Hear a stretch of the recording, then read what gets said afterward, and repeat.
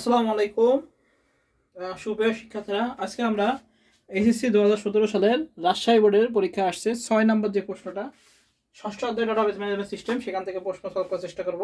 তো আমার কাছে প্রশ্ন আছে, আমরা একটু প্রশ্নটা দেখে নিই। আমরা এখন এই প্রশ্নটা পড়া শুরু করবো। এই যে আমার কাছে প্রশ্ন, যাদের কাছে প্রশ্ন নেই তারা স্ক্রিনশট দিয়ে নিতে পারি, আর যাদের কাছে আছে তাদের কাছে আছে। এখন আমরা পড়ি যে এখানে আমাদের টেবিল 1 এবং টেবিল 2 দেওয়া আছে, আইডি, নেম, অ্যাড্রেস দেওয়া আছে, নাম দেওয়া আছে, অ্যাড্রেস দেওয়া আছে। আচ্ছা, সিরিয়াল নং, ডেজিগনেশন, স্যালারি, এটা টেবিল 1, এটা হলো টেবিল 1, এটা হলো টেবিল 2। এই দুটো টেবিল অথবা উদ্দীপকে দেওয়া আছে। এবার কি বলছে, উক্ত টেবিলদের মধ্যে থেকে যাদের বেতন 40,000 বা তার চেয়ে বেশি তাদের নাম ও পদবি দেখাতে বলা হলো। আচ্ছা, খ নামক ব্যক্তি শর্ত সাপেক্ষে কমেন্ট দিয়ে উক্ত কাজ করে দিল, কিন্তু এই প্রক্রিয়ায় একটু বেশি সময় নিচ্ছিল। গ নামক ব্যক্তি বলল, একটি গুরুত্বপূর্ণ ফাইল তৈরি করলে উক্ত কাজটি অনেকটা দ্রুত হবে, তবে ডেটা এন্ট্রিতে একটু সময় নেবে। অর্থাৎ আমাদের কি বলেছে এখানে সম্ভবত আমাদের ইন্ডেক্সিং এবং শর্টিং এর কথা বলে, ওটা আমরা পরে আলোচনা করব। ইন্ডেক্স এবং শর্টিং বলেছে, হ্যাঁ, সেটা আমরা পরে আলোচনা করব। তো আমাদের হলো প্রথম প্রশ্ন ছিল ডিবিএমএস কি। ডিবিএমএস হলো রিলেশনাল ডাটাবেস ম্যানেজমেন্ট সিস্টেম। তা আমাদের লিখবো ক নাম্বার, ডিবিএমএস এর পূর্ণরূপ হলো রিলেশনাল ডাটাবেস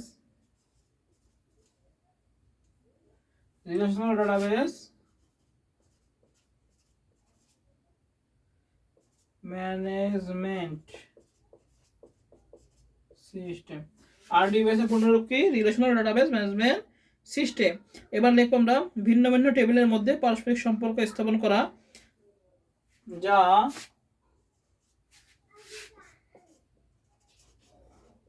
ভিন্ন টেবিলের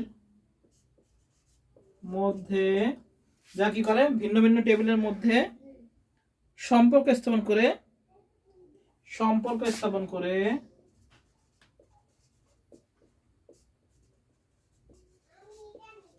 সম্পর্কযুক্ত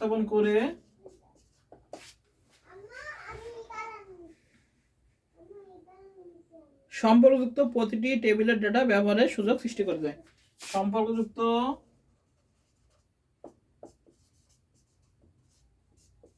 প্রতিটি টেবিলের ডেটা ব্যবহারের সুযোগ করে দেয়। তাহলে কি ডিবিএমএস এর পূর্ণরূপ কি? রিলেশনাল ডাটাবেস ম্যানেজমেন্ট সিস্টেম, যা ভিন্ন ভিন্ন টেবিলের মধ্যে সম্পর্ক স্থাপন করে সম্পর্কযুক্ত প্রতিটি টেবিলের ডেটা ব্যবহারের সুযোগ করে দেয়। এটা আমাদের ক নাম্বার, 1 নাম্বার আমরা লিখবো আমাদের।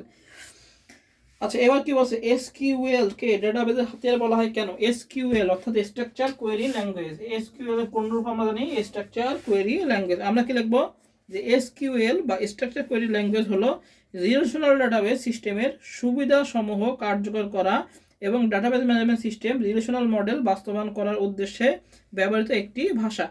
এসকিউএল এর সাহায্যে ডাটাবেস থেকে কোনো ডাটা আপডেট, ইনসার্ট, ডিলিট ইত্যাদি কাজ করা সম্ভব। যেহেতু এসকিউএল ব্যবহার করে ডাটাবেসের সকল ডেটাকে প্রয়োজন অনুযায়ী পরিবর্তন বা প্রদর্শন করা যায়, সেহেতু এসকিউএল কে ডেটাবেসের হাতিয়ার বলা হয়। এবার নিজেদের মতো বর্ণনা দিতে হবে, এটা আমাদের হয়ে যাবে। নিজেদের মতো বর্ণনা দেবো। আচ্ছা, ঘ নাম্বার বলেছে, উক্ত টেবিলদের প্রয়োজনীয় কলাম যুক্ত করে ডাটাবেসের রিলেশন তৈরি করো। আচ্ছা, উক্ত টেবিলদের প্রয়োজনীয় কলাম, আচ্ছা প্রয়োজনীয় কলাম যুক্ত করে। আচ্ছা, প্রয়োজনীয় কলাম আমাদের যুক্ত করতে হবে। এখন আমরা কি যুক্ত করব সেটা আমরা কিভাবে দেখব। গ নাম্বার বলেছে আমাদের রিলেশন করতে এবং একটা হলো কলাম সংযোজন করতে। তাহলে গ নাম্বার আমরা কি সংযোজন করব, সেটা হলো আমাদের এই যে প্রাইমারি কি, এটাকে প্রাইমারি কি বলা হয়, আইডি নাম্বার, এটাকে আমাদের 2 এ সংযোজন করতে হবে, করে তারপর আমাদের রিলেশন করতে হবে। তো আমরা সংযোজনটা করি। এটা হচ্ছে টেবিল 1 আর টেবিল 2। কারণ টেবিল 1 2 এর যে সিরিয়াল নাম্বার ছিল এসএল 1 2 3, এই যে সিরিয়াল নাম্বারটা ছিল, এই সিরিয়াল নাম্বারটাকে কি করতে হবে আমাদের, এর এই আইডি নাম্বারটা এখানে যুক্ত করতে হবে। হ্যাঁ, সেটা বলছে প্রাইমারি কি তৈরি করতে, মানে রিলেশন তৈরি করতে। রিলেশন কি হবে আমাদের 1 to 1। তো 1 to 1 রিলেশন যখন করবো তাহলে আমাদের আর একটু ঘর বাড়বে, টেবিল 2 চেঞ্জ করতে হবে একটুখানি।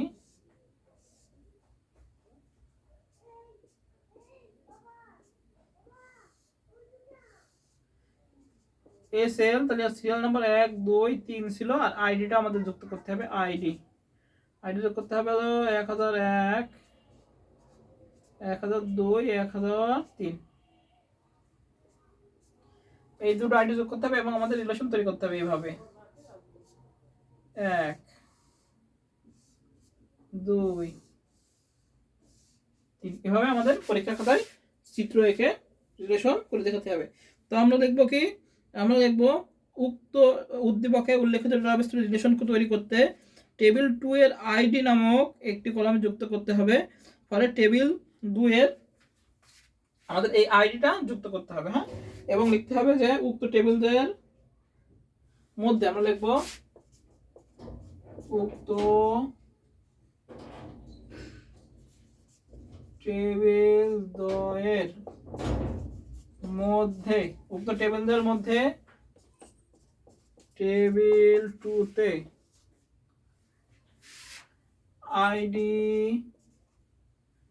আইডি কলাম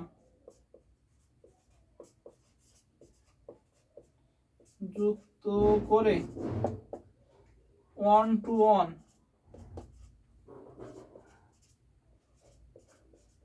রিলেশন তৈরি করা সম্ভব। কি বলেছে যে টেবিল 2 এর আইডি যুক্ত, মানে প্রয়োজনীয় কলাম যুক্ত করে রিলেশন তৈরি করা। তাহলে আমরা এই আইডিটা এই টেবিল 2 তে যুক্ত করলাম, যুক্ত করে কি করব আমরা 1 to 1 রিলেশনশিপ করে দেব। এভাবে আমাদের লিখতে হবে। এখন টেবিল 1 এবং টেবিল 2 এর মধ্যে কমন ফিল্ড হলো আইডি। এই আইডির উপরে কি করতে হবে, টেবিল 2 এর মধ্যে 1 to 1 রিলেশনশিপ করা যাবে। ফলে টেবিল 1 এর ব্যক্তিগত প্রত্যেক ব্যক্তির জন্য টেবিল 2 এ থাকা ডেজিগনেশন ফিল্ড ও স্যালারি ফিল্ড বরাদ্দ হবে। এক্ষেত্রে টেবিল 1 এর একজন ব্যক্তি একটি মাত্র ডেজিগনেশন ও স্যালারি ফিল্ড থাকবে। এই মোটামুটি আমরা লিখে দেবো, নিজেদের মতো করে হয়ে যাবে। তোমাদের গ নাম্বার গেল, এবার আমরা ঘ নাম্বার আসি। ঘ নাম্বার মধ্যে কি বলেছে, ঘ নাম্বার বলেছে গ ব্যক্তি যা বললো তুমি কি একমত, বিশ্লেষণ করো। গ ব্যক্তি যা বলেছে সেটা কি একমত কিনা সেটা আমরা বিশ্লেষণ করব। তো আমরা কিভাবে লিখবো, যে উদ্দীপকে উল্লেখিত গ ব্যক্তির মতামত অনুযায়ী একটি গুরুত্বপূর্ণ ফাইল তৈরি করলে কোয়েরির কাজ অনেকটা দ্রুত হবে, তবে ডেটা এন্ট্রিতে একটু সময় বেশি নেবে।